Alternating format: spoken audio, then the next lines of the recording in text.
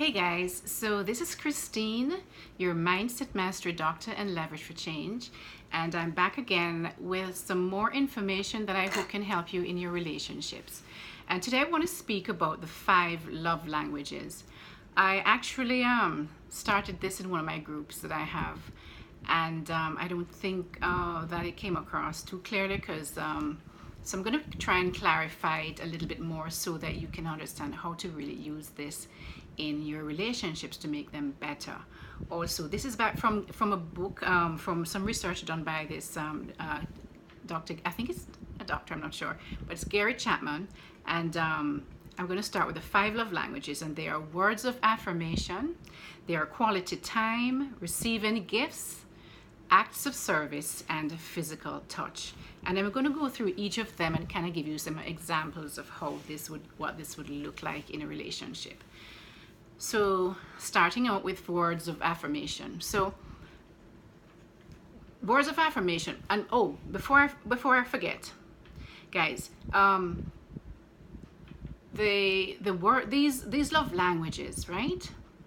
It's not your love language. If you want to satisfy your partner's, fill up your partner's love bucket, if we could call it that, you're going to give them what their love language is, not what your love language is, right? So say you like physical touch, but he doesn't like, but when you touch him, he doesn't really, does nothing for him. He doesn't like all that touchy stuff.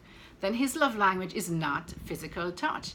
Yours is, if he touches you, and hugs you and cuddles you, then that's your love language. You feel good.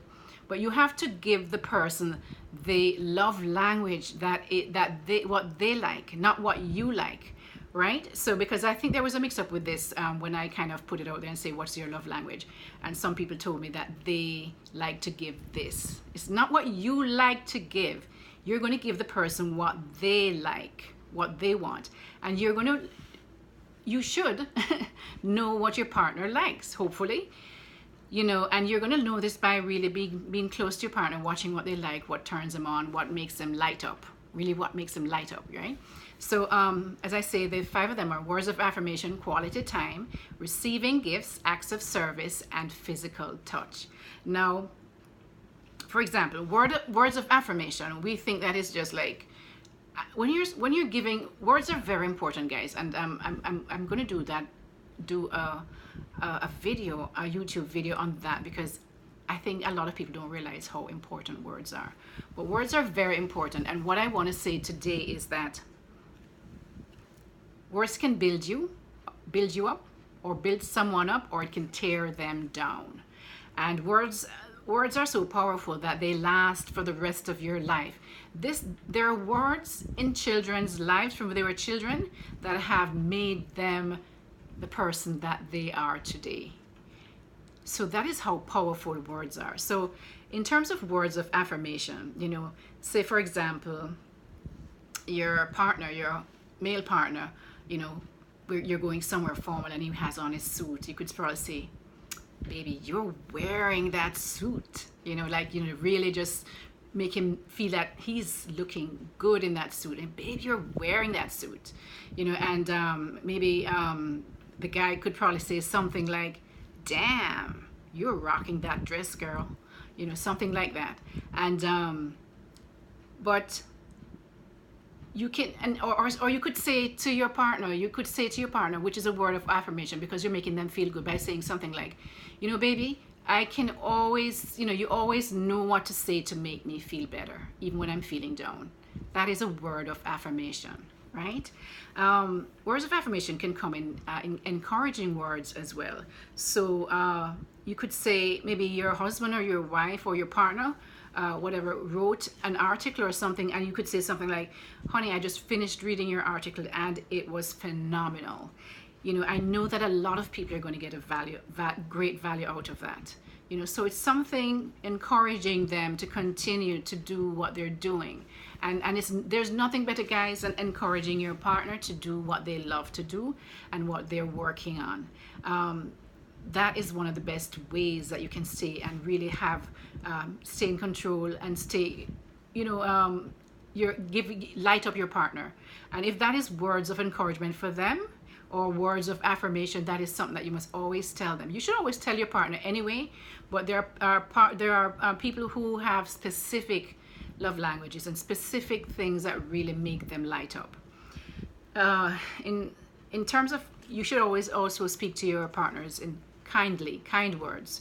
And so you could say, for no reason, you could just say, baby, I'm so very happy to have you in my life.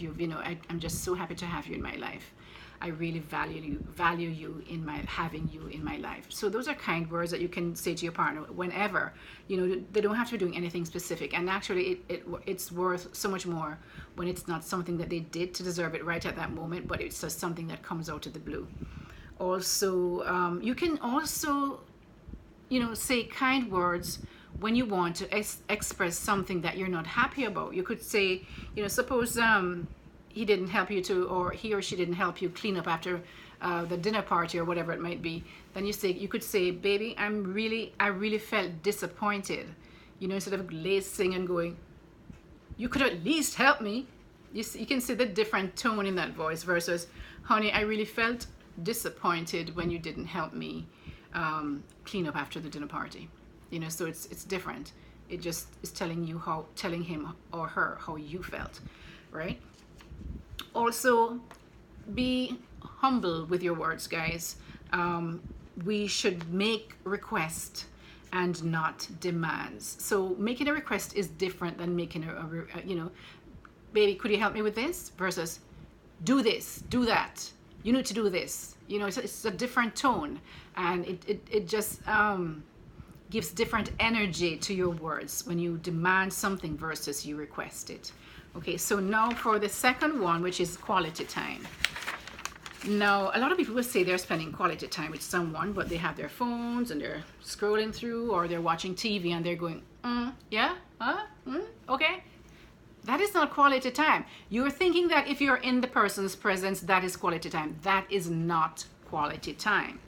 Quality time is putting away all distractions, and it's just you two, eye to eye, eyeball to eyeball, as they might say, and you're paying attention to your partner.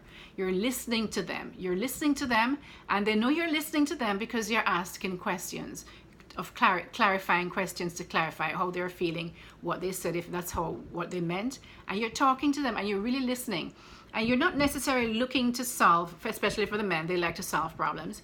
You're not necessarily looking to solve problems. Sometimes someone just need to vent if they're having a problem, or sometimes somebody just need to kind of have a conversation, just a conversation without any kind of trying to fix anything.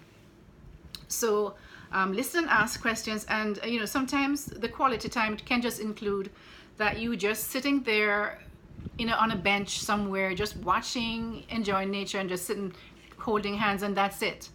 But just being, meaning in the present with that person without any distractions, right? The next one is receiving gifts, and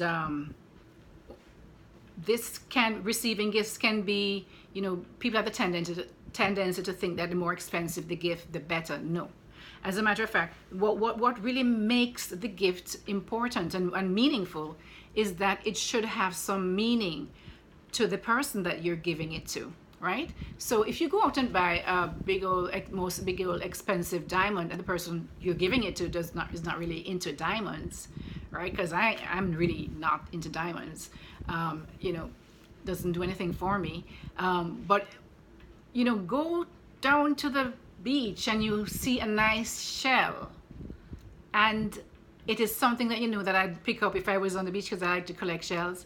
And you bring that to me, and you say to me, baby, I found this shell on the beach, and I just thought of you. That would light me up more than you go and buy how much $1,000 worth of diamonds, right? That is, so those are gifts. Gifts should be meaningful. It should mean something to the person you're giving it to, because some people just buy something that have no meaning whatsoever, none whatsoever to the person that you're giving it to. So what you have to do is get to know that person so intimately that you know the little things that turn them on, right? The next thing is acts of service. And acts of service can be that, your wife said she was going to go to the supermarket, but she got caught up with doing stuff, and you say, baby, let me go and do this for you. Give me the list and I'll go get it. Something like that. It could be helping with the dishes or cleaning up the kitchen after a dinner party or a meal or whatever it is, or getting ready for the dinner party or a meal, helping out. It could be that you saw that a light bulb was broken and you go and you change it. It could be that you saw that your husband's a button was missing from his pants and you help and you put it back on. So those are little things that you do in a relationship, acts of service. That's what acts of service. Some people like that, and so you give them that. Okay, remember, it's not for you. It's their, is what they like. The next thing is physical touch. And I wanted to start by saying that a lot of people think that physical touch equates sex, and you're wrong. As a matter of fact, physical touch is what is really, sex is the culmination of that physical touch. I've always heard people say, and it's true, and I've always said that sex begins way before you reach into the bedroom. It's the touches and the just brushing of kisses and the touching and the holding of hands before you get into the bedroom that makes sex really phenomenal, right? So these are the things you do throughout the day. You touch, just hold the person or hug or kiss them on their forehead or whatever it is that you do. But those are physical touch, and a lot of people like that. When you're watching TV, you cuddle together, right? There's a study that was done, guys, that showed that when you're under stress, when two people are close together and they feel supported by each other, that a physical touch can lower their blood pressure. There was a study done, and what they did was they had a lady, a total stranger, hold a lady's hand who was having a procedure done, and her blood pressure, dipped a little bit. But when her husband held her hand, it fell way down, and it just shows how powerful the physical touch is. And I want to help you guys to realize that these are all things that makes marriage and couples and relationships work, and that you should try to integrate each of these things into your relationships, really, because what is the sense of having a relationship if you're not happy in it, right? So and it's a work. You have to do it. It won't happen, by itself. You have to do it. So guys, I hope you learned something from that, got some value from that. And if you did, please like and share this video to somebody else who may need, kind of get some benefit from this, and also subscribe to my channel so you can get them as they come out. My name is Christine, and I'm your Mindset Master Doctor and Leverage for Change. And go down below, and there's my website. You can go ahead, and if you want to work with me, please go there and you can purchase your packages. Take care, guys, and have a wonderful day. Thank you so much for listening. Bye.